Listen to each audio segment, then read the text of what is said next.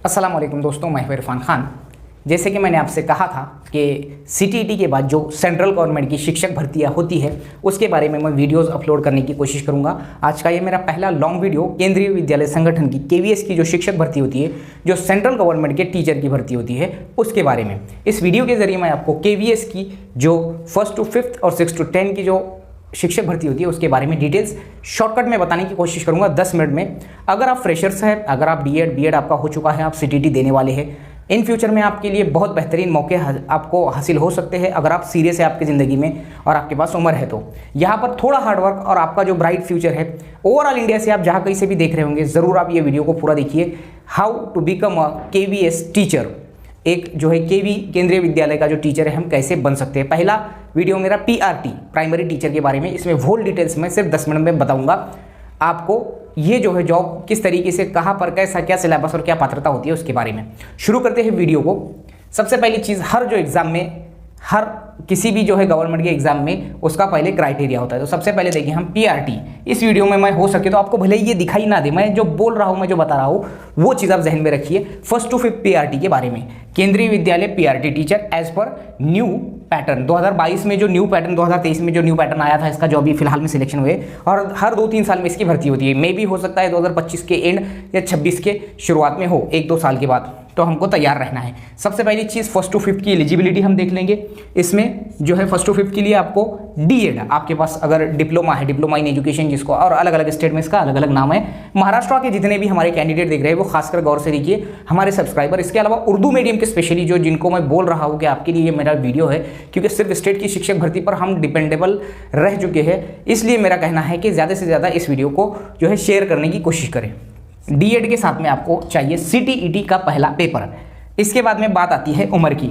तो उम्र के लिए आपको केंद्रीय विद्यालय के पीआरटी के लिए 30 साल की उम्र, आप जनरल कैटेगरी से बिलोंग करते हैं तो आपको 30 ईयर 30 साल की जो है एज लिमिट होती है। एससी एसटी के लिए 5 साल रिलैक्सेशन होता है यानी 35 साल, और ओबीसी कैंडिडेट के लिए 3 साल का रिलैक्सेशन होता है यानी 33 ईयर। अब कोई भी अगर महिला है यहाँ पर, अगर आप लेडीज़ है, आप मेरा वीडियो देख रहे हैं, तो आपके लिए किसी भी पोस्ट के लिए पहली से 12वीं तक केंद्रीय विद्यालय में किसी भी वुमेन को 10% का रिलैक्सेशन होता है, यानी वो उम्र के 40 साल तक कोई भी पोस्ट दे सकती है अगर वो एलिजिबल का एग्जाम दे सकती है, अगर वो एलिजिबल है केंद्रीय विद्यालय में। फिलहाल मैं बात कर रहा हूँ मैं 1st to 5th का। तो आपको जो एज लिमिट है लेडीज़ के लिए केंद्रीय विद्यालय में वो है 40 साल, ठीक है। इसके बाद में बात आती है जॉब लोकेशन की। जॉब लोकेशन होता है इसका ओवरऑल इंडिया। यहाँ पर कोई एक्सक्यूजेस नहीं होते हैं कि भाई मेरा स्टेट ये है मुझे ये दीजिए, ऐसा कुछ भी नहीं होता है। ओवरऑल इंडिया में आपका जॉब लोकेशन होता है, और हर 3 साल में, हर 5 साल में, हर 4 साल में आपको एक स्टेट से दूसरे स्टेट जो है यहाँ जाना होता है। अब इसके बाद में जो एग्जाम होता है वो सीबीटी यानी कंप्यूटर बेस्ड जो टेस्ट होता है वो होता है, सीबीटी बेस्ड एग्जामिनेशन होता है, और ये बाइलिंगुअल होता है। बाइलिंगुअल यानी इंग्लिश और हिंदी में एट ए टाइम। आपको अगर आप इंग्लिश में देखना चाहते हैं तो वो भी देख सकते हैं, अगर आप हिंदी में देखना चाहते हैं तो भी आप वो सवाल देख सकते हैं। इसके अलावा जो सिलेक्शन होता है, ये सिलेक्शन सिर्फ रिटन एग्जाम के मेरिट पर नहीं होता। सिलेक्शन इस बारी में जो होने लगा है, पहले ये सिलेबस चेंज है, ये 2022 में आया है। अगर आप इसके पहले के सिलेबस 2021 तक देखेंगे तो थोड़ा अलग था, उसके पहले 2015 से 16 में अलग था, उसके पहले 13 में अलग था। हर साल, हर 2-4 साल, 5 साल में बवक्त जरूरत है चेंज करते हैं। रिटन प्लस इंटरव्यू, यहाँ पर सिर्फ रिटन के बेस पर अगर आप मेरिट सोच रहे होंगे तो बिल्कुल भी ऐसा नहीं होता है। 70% आपके रिटन मार्क को वेटेज होता है इसमें, 70%, और 30% आपके इंटरव्यू को वेटेज होता है। ओवरऑल जो 100% जो बनता है वो ये 2 डिवाइडेशन में होता है, यानी कि 70% वेटेज आपके रिटन के मार्क को होता है और 30% इंटरव्यू को वेटेज दिया जाता है, और मेरिट इसी में से निकाली जाती है, फाइनल मेरिट। अब बात आती है इसमें जो आप एग्जाम देते हैं, जो क्वेश्चन पेपर आप सॉल्व करते हैं, वो सॉल्व करने के बाद में जो आपकी रिस्पांस शीट है वो आपके ईमेल आईडी पर आती है। ये एक एक्स्ट्रा की बात मैं बता रहा हूँ, आपके क्या आपने टिक किया था, क्या सही है क्या गलत है वो वाला।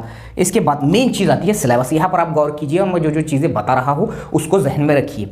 अगर आपके पास एज है, आप अंडर 30 है, आपके पास एज है, तो ये खास मौका है और एक ब्राइट फ्यूचर है केंद्रीय विद्यालय में, ठीक है। अब जो सिलेबस होता है, अब पीआरटी की बात करेंगे तो 180 क्वेश्चंस होते हैं, 180 जो है क्वेश्चंस होते हैं, 180 उसको मार्क होते हैं और 180 मिनट होते हैं। 180 मिनट्स यानी जिसको हम बोलेंगे 3 घंटे, सीधे सीधे 180 सवाल, 180 जो है मार्क, और 3 घंटे यानी कि 180 मिनट। अब इसमें माइनस मार्किंग जो है, नेगेटिव मार्किंग नहीं होती है, पहले भी नहीं होती थी, अभी भी नहीं है। अब इसका जो डिवाइडेशन मैं बता रहा हूँ पीआरटी के लिए, उसमें 4 पार्ट्स में इसको डिवाइड किया गया है केंद्रीय विद्यालय के जो सिलेबस को, पीआरटी के primary teacher 1st to 5th के।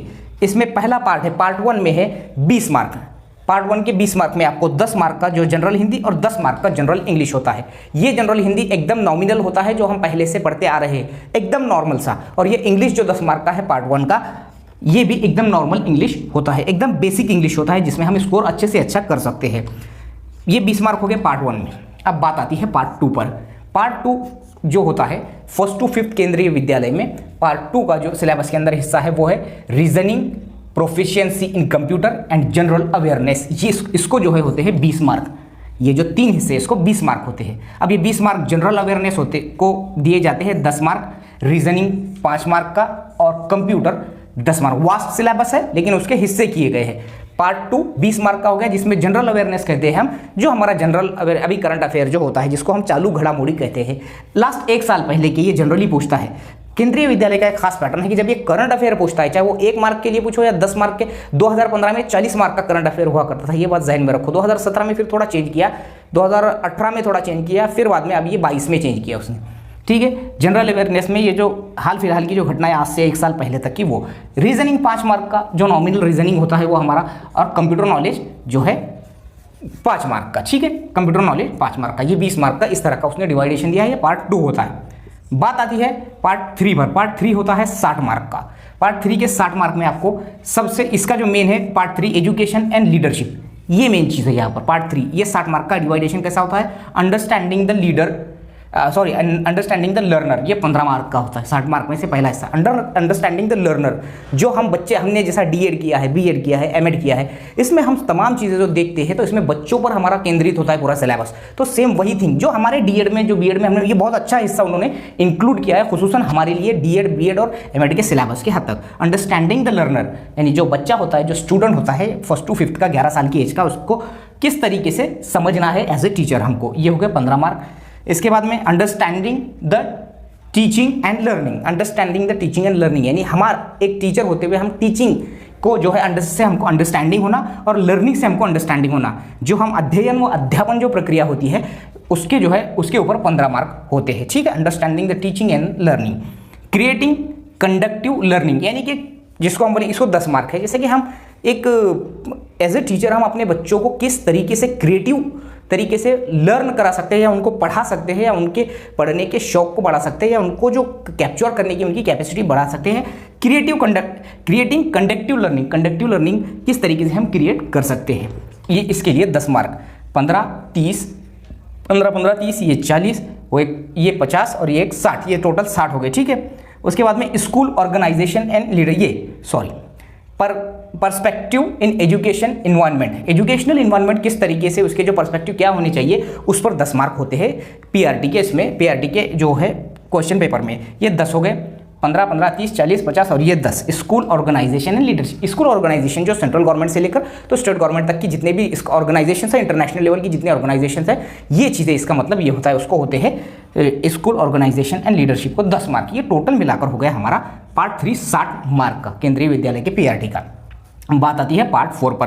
पार्ट 4 होता है जनरली 80 मार्क के लिए। 80 मार्क में अब यहाँ पर जो हमने अब तक जो पीछे सिलेबस देखे सेम उसी का हिस्सा होता है। अब यहाँ पर हिंदी 20 मार्क हो गया इस 80 में से, ये पार्ट 4 में हिंदी 20 मार्क। अब ये हिंदी में जो है पिछले जो हमने शुरुआत में 10 मार्क का हिंदी 10 क्वेश्चन का दिखे, उससे ऊपर के लेवल का, लेकिन जनरली हमने जो पीछे पहली क्लास से, या जिसको हम बोलेंगे 5वीं क्लास से 12वीं तक जो पढ़ा है हमने, वही लेवल का जो है, या 5वीं से 10वीं तक का जो हमने पढ़ा है वही हिंदी होता है। व्याकरण हम जिसको बोलते हैं, या फिर उसमें वांग्मय होता है, यानी लिटरेचर वगैरह, ये तमाम चीज़ें सवाल हिंदी के वही होते हैं, उतने भी कुछ जो है टफ लेवल के नहीं होते। इंग्लिश, जनरल इंग्लिश जो होता है जिसमें ग्रामर वगैरह ये चीज़ें तमाम चीज़ें इंक्लूड है।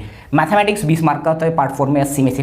मैथमेटिक्स में वही हर चीज़ जो हम कॉम्पिटिटिव एग्जामिनेशंस में देखते हैं, LCM, HCF, इसके अलावा जो इंटरेस्ट होता है, इसके अलावा जो परसेंटेज वगैरह वगैरह, या फिर वर्क टाइम एंड स्पीड जो होता है, ये ऐसी चीज़ें, ये मैथ्स बेसिक जो हो, मैथ्स होता है बेसिक टू थोड़ा हाई होता है। लेवल होता है इसका 10th to 12th, जो जिसको हम बोलेंगे डिफिकल्टी लेवल। ईवीएस जो होता है, जैसा कि हम सीटीटी देते वक्त में भी इसलिए आप जब सीटीटी 7 जुलाई 2024 की दे रहे हैं तो ईवीएस जैसा सब्जेक्ट हो। इसके अलावा जो साइकोलॉजी जिसको हम बोलेंगे, यहाँ जो मैंने बताया इसमें जिसको हम बोलते हैं पेडागॉजी, ये पेडागॉजी का हिस्सा है, ये 60 मार्क पूरा पेडागॉजी का हिस्सा है, इसलिए पेडागॉजी को भी एकदम टफ बना दो। इसके अलावा ईवीएस जो ईवीएस जैसा सब्जेक्ट है हम इसको एकदम आसानी से लेते हैं, इसकी अच्छी खासी पढ़ाई करने से ये भी स्कोर कर सकते हैं हम। अब बात आती है लास्ट एंड पर, जो है जो इंटरव्यू होता है, इंटरव्यू में जो 60 मार्क होते हैं वो 2 हिस्सों में डिवाइड होते हैं केंद्रीय विद्यालय में। पहला होता है डेमो टीचिंग। डेमो टीचिंग यानी आपको वहाँ टीच करके बताना होता है, और ये ऐसा वैसा नहीं होता है, इस बात का जहन में रखो। ये अच्छा खासा जो है स्ट्रिक्ट होता है। इसके अलावा इंटरव्यू 30 मार्क का, इंटरव्यू में जो है जनरल आपको क्वेश्चनिंग होती होंगी, वही जो बताया जाता है आजकल, क्वेश्चनिंग होती है। इसके अलावा आप कितने जो है प्रेजेंस ऑफ माइंड है, आपका आईक्यू लेवल कैसा है एज ए जो जैसा आप केवीएस टीचर अगर आप बनना चाहते हैं, आप ज्वाइन होना चाहते हैं, तो वो पैनल आपको उस तरीके से क्रिएट करेगा कि आपका आईक्यू लेवल किस तरीके का है, आप कितने हाजिर जवाब है, आपको कितनी नॉलेज है, आपको पर्सनली अपने जो है नाम है, ये भी होता है इसमें। जैसा कि मेरा नाम इरफान है तो इरफान से रिलेटेड हस्तियों का पूछेंगे, इरफान की वो मायने पूछेंगे, ये कोई लिमिटेशंस नहीं होती इंटरव्यू के पैनल की। तो बस एज ए टीचर वो केंद्रीय विद्यालय के कितना अच्छा वो हम उसको टटोल सकते हैं, ये चीज़ें वो देखते हैं।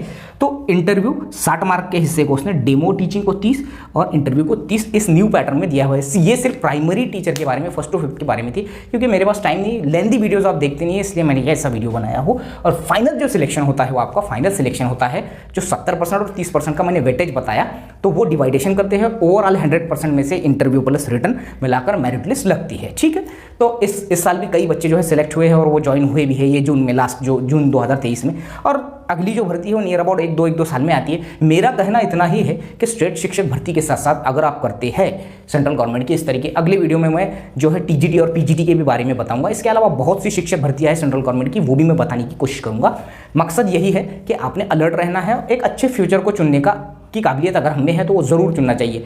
मेरा यहाँ तक कहना है कि स्टेट गवर्नमेंट की क्लास 2 के जॉब के जैसी ये पीआरडी की जॉब है, और वो 6 to 10 की जो जॉब है वो क्लास 2 के, यानी 1st to 10 अगर आप करते हैं, नियर अबाउट स्टेट के क्लास 2 के इतनी वहाँ जो है पेमेंट्स और वहाँ जो फैसिलिटीज़ होती है। बस मसला यही है, अगर आप नहीं इंटरेस्टेड है तो फॉर्म नहीं भरना चाहिए, क्योंकि इसका लोकेशन होता है ऑल ओवर इंडिया। अगर आप लेडीज़ हैं, इंटरेस्टेड नहीं है तो बिल्कुल मत भरिए, लेकिन आप लेडीज़ होते हुए भी इंटरेस्टेड है तो ज़रूर इसको भरिए, आपकी अपनी काबिलियत को दिखाइए। बेस्ट ऑफ लक आपके फ्यूचर के लिए। आपको वीडियो कैसा लगा मुझे ज़रूर बताइए। हमारे सब्सक्राइबर देखिए भी ज़रूर और शेयर भी कीजिए, खुसूसन उर्दू मीडियम के हमारे कौम के बच्चों में ये ज़रूर जो है आप वीडियो को पहुँचाइए, ताकि अच्छे जो ब्राइट फ्यूचर देखते हैं या जो अच्छे टैलेंटेड है और जो इन फ्यूचर में केवी का टीचर बनना चाहते हैं उनके लिए बेहतर है। मिलेंगे अगले वीडियो में अच्छे कंटेंट के साथ, अच्छे मालूमात के साथ, सेंट्रल गवर्नमेंट की शिक्षक भर्तियों के अलग अलग टाइप्स के साथ।